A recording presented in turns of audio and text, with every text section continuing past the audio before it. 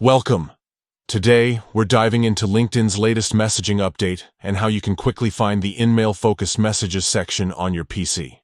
If you want to keep your inbox organized and never miss an important message, this guide is for you. Let's get started with the first step. Open your browser and head over to linkedin.com.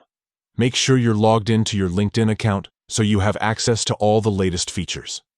Once you're on your LinkedIn homepage, look to the top menu bar. You'll see several icons, but you want to click on the messaging icon.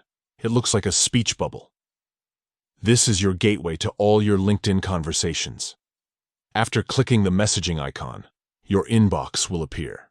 Here's where LinkedIn's new organization comes into play. You'll notice two tabs: Focused and Other.